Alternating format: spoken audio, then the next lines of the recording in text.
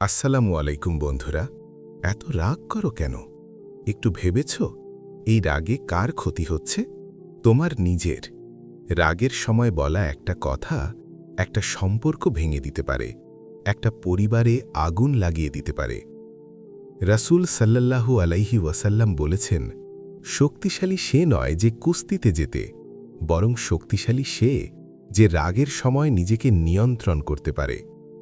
সহি বুখারী হাদিস নম্বর 6114, সহি মুসলিম হাদিস নম্বর 2609। রাগ শয়তানের আগুন থেকে আসে, আর আগুন নেভে নীরবতায়, অজুতে, ধৈর্যে। একটু চুপ থাকো, একটু আল্লাহকে স্মরণ করো, একটু ধৈর্য ধরো, কারণ রাগ চলে যাবে কিন্তু বলা কথা ফিরে আসে না। আল্লাহ, তুমি আমাদের রাগ নিয়ন্ত্রণ করার তৌফিক দাও, ধৈর্যশীল বানাও, আর শয়তানের কুমন্ত্রণা থেকে বাঁচাও। আমিন।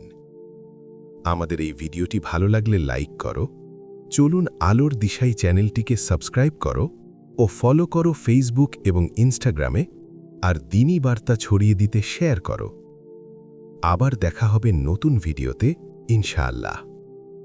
আসসালামু আলাইকুম ওয়া রাহমাতুল্লাহ।